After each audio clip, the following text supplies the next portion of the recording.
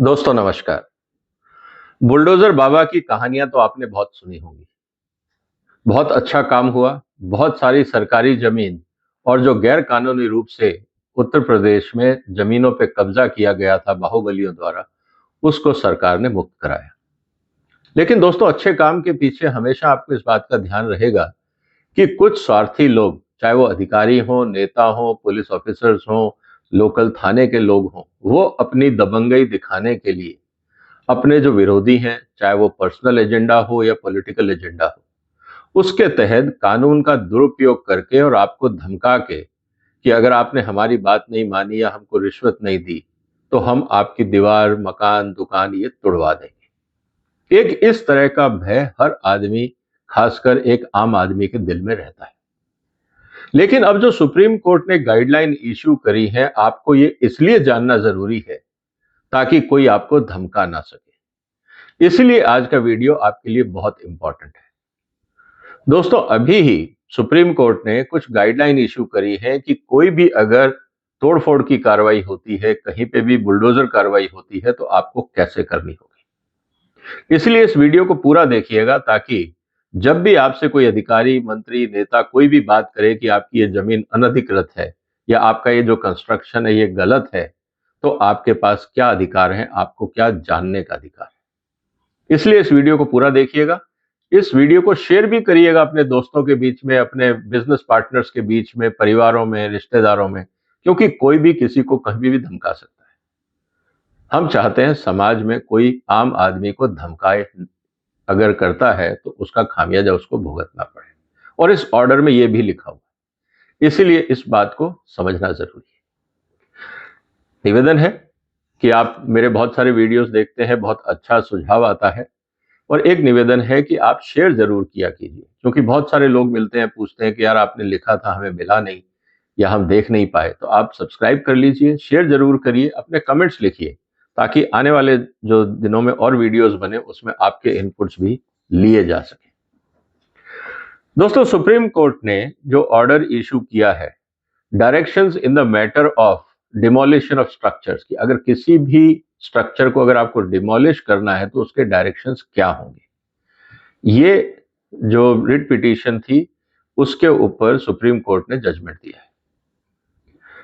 कहना है supreme court का कि देखिए, कोई भी आदमी कभी भी किसी को धमका नहीं सकता। लोगों को इस बात का डर रहे कि समाज में रहना नहीं चाहिए, और इसीलिए हम ये ऑर्डर दे रहे हैं।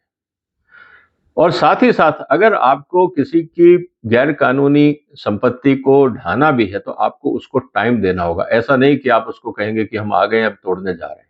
जी नहीं, ऐसा आप नहीं कर सकते।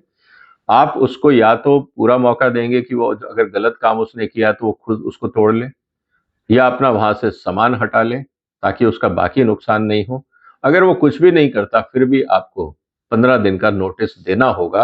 अगर क्योंकि उसको अपील करनी है कि साहब ये क्यों उसके लिए जरूरी है या क्यों वो सही है, तो वो अपनी अपील आगे दायर कर सकता है। लेकिन एक बात आपको समझनी होगी और हर व्यक्ति को समझनी होगी। सुप्रीम कोर्ट ने एक बात जो बहुत क्लियर कर दी है वो ये, और मैं उसको वर्बेटिम पढ़ रहा हूं ताकि कोई कंफ्यूजन ना रहे।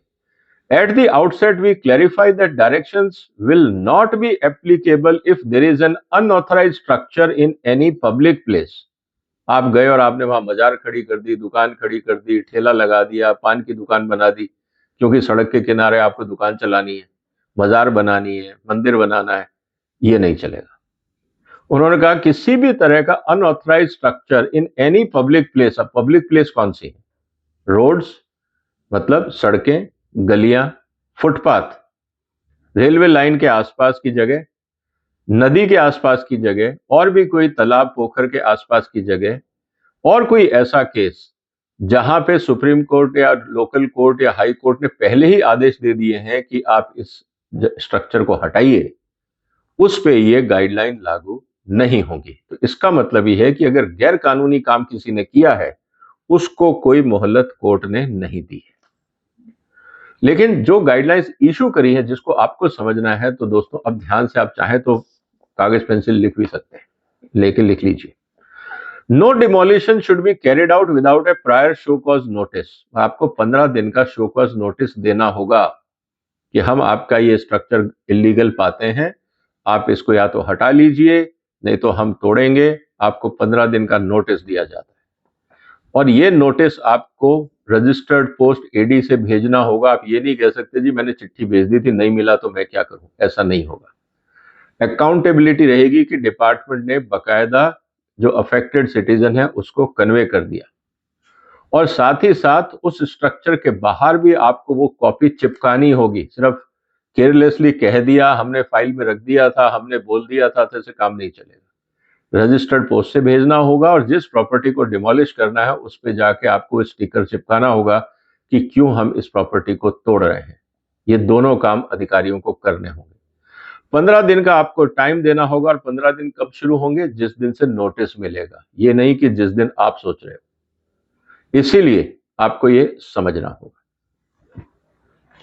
इसके अलावा जो इंपॉर्टेंट चीज है कि जो कलेक्टर है उसको ये इन्फॉर्म करना होगा कि आपके क्षेत्र में यहां पे तोड़फोड़ की कार्रवाई हो रही है। साथ ही साथ जो नोडल ऑफिसर हैं, 1 महीने के अंदर हर कलेक्टर और डिस्ट्रिक्ट मजिस्ट्रेट को 1 महीने के अंदर एक नोडल ऑफिसर और एक ईमेल बना के देना होगा पूरे देश में, कि जहां पे कंसर्न डिपार्टमेंट्स मेल भेज सकें डीएम को और अधिकारी को भेज सकें कि सर आपके क्षेत्र में ये काम गलत हो रहा है, इसलिए हम इसको डिमोलिश कर रहे हैं। ये बात हमें समझनी होगी। और नोटिस में क्या लिखा जाएगा कि वो जो अनऑथराइज कंस्ट्रक्शन है वो क्यों हुआ, क्या कारण थे, किस लिए आप उसको अनऑथराइज मान रहे हैं। अगर आपके पास कोई सपोर्टिंग डॉक्यूमेंट है तो आपको वो भी साथ बताने पड़ेंगे, और आपको पर्सनल हियरिंग की डेट भी उसमें देनी होगी कि आप इस तारीख को आके अधिकारियों को इस जगह पे मिलें। ये मैंडेटरी होगा, ऐसा नहीं है कि हम क्यों बताएं। अब आप सरकारी अधिकारी ये नहीं बोल सकते, उनको पूरी जानकारी देनी होगी।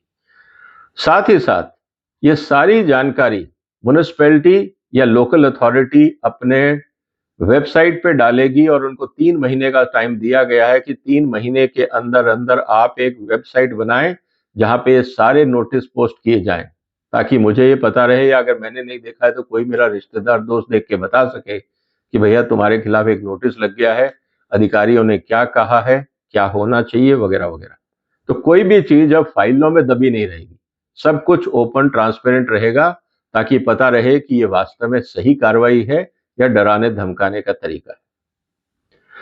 पर्सनल हियरिंग देना मैंडेटरी होगा, आपको ये बताना होगा, और जो हियरिंग हुई है उसके मिनट्स भी रिकॉर्ड करने होंगे कि आया व्यक्ति, उसने क्या कहा, आपका क्या जवाब था, उसने क्या कागज दिए, आपने क्या दिए, सब चीजें रिकॉर्ड होंगी और ये ट्रांसपेरेंट होगा, और उसके बाद फिर फाइनल ऑर्डर पास होगा।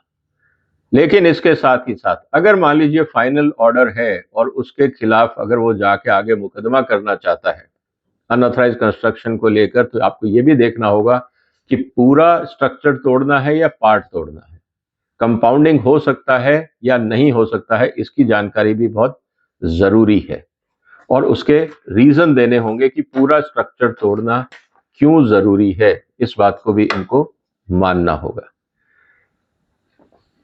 इसके अलावा कोई भी एक्सट्रीम स्टेप उठाने से पहले, डिमोलिशन करने से पहले, कंपाउंडिंग या डिमोलिशन ऑफ पार्ट, अगर प्रॉपर्टी अवेलेबल नहीं है तो उसको जस्टिफाई करना होगा।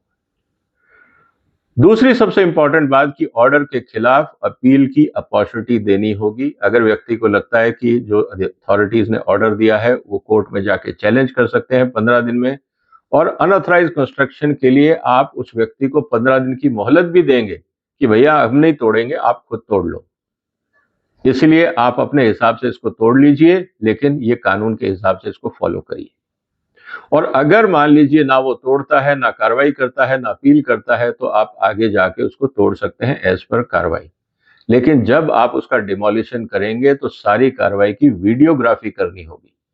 ऐसा नहीं है कि साहब हमने नहीं तोड़ा था, कोई और आके तोड़ गया। अधिकारी या जो बुलडोजर ड्राइवर हैं वो अपनी मनमर्जी से तोड़नी होगी, राइट दीवार और जाके तोड़ देंगे लेफ्ट दीवार, और फिर कहेंगे कि साहब हमें पता नहीं था, हमने तो नहीं तोड़ी, हमने तो सही वाली तोड़ी थी। पूरी वीडियोग्राफी होगी, वीडियोग्राफी को प्रिजर्व किया जाएगा, डिलीट नहीं किया जाएगा। अगर कोई अधिकारी इस बात को नहीं मानता है और वो मनमर्जी करने का प्रयास करता है, पहली बात तो ये कंटेम्प्ट ऑफ कोर्ट माना जाएगा कि अधिकारी कोर्ट की आदेश की उल्लंघना कर रहा है। एक तो उस पर नौकरी का खतरा, जेल जाने का खतरा। दूसरा, अगर उसने गलत काम किया है, प्रोसीजर को फॉलो नहीं किया है और किसी का अगर नुकसान हो जाता है तो सरकार पैसा नहीं देगी, उस अधिकारी की तनख्वाह से पैसा काटा जाएगा और उस व्यक्ति को दिया जाएगा। ये नहीं है कि आप जाएं और तोड़ दें और फिर कहते हैं कि सरकार का काम है, हम तो क्या, हम तो रिटायर हो गए। आपकी पेंशन भी रोक दी जाएगी और उस व्यक्ति को मुआवजा दिलवाया जाएगा क्योंकि आपकी गलती से उसका नुकसान हुआ है।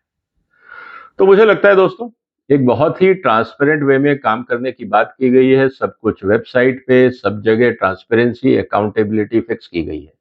अब आपको पता लग गया है कि आपके अधिकार क्या हैं, तो निश्चिंत रहिए। अगर आपने कोई गलत काम नहीं किया है तो आराम से सोइए, और अगर आपको कोई धमकाता है तो आपको पता है कि आपके क्या अधिकार हैं। बगैर नोटिस के वो कुछ कर नहीं सकता, और अगर कर भी देता है तो आपको पूरा मुआवजा मिलेगा। इस बात पर निश्चिंत रहिए। और अनऑथराइज अगर आपने कंस्ट्रक्शन किया है किसी भी पब्लिक प्रॉपर्टी पे, तो जिम्मेवारी आपकी है, नुकसान आपको उठाना ही पड़ेगा और अधिकारियों को वो चीज किसी से पूछने की जरूरत नहीं। ये जो आदेश है सुप्रीम कोर्ट की तरफ से सारे राज्यों को दिया गया है, सिर्फ दिल्ली या यूपी के लिए नहीं है, ये पूरे देश के लिए लागू किया गया है। क्या लगता है दोस्तों आपको कि अब लोगों की मनमर्जी कम होगी? क्या सही डिमोलिशन अब होंगे? जैसा यूपी में उन्होंने कहा कि हम तो सिर्फ जो गलत कानून काम हो रहे हैं, सरकारी जमीन पे जो कब्जा, हम उनको छुड़वा रहे हैं। तो सुप्रीम कोर्ट ने कहा बहुत अच्छी बात है, जारी रखिए। लेकिन बाकी राज्यों में क्या हो रहा है, आपका क्या अनुभव है दोस्तों? कमेंट बॉक्स में लिखिए।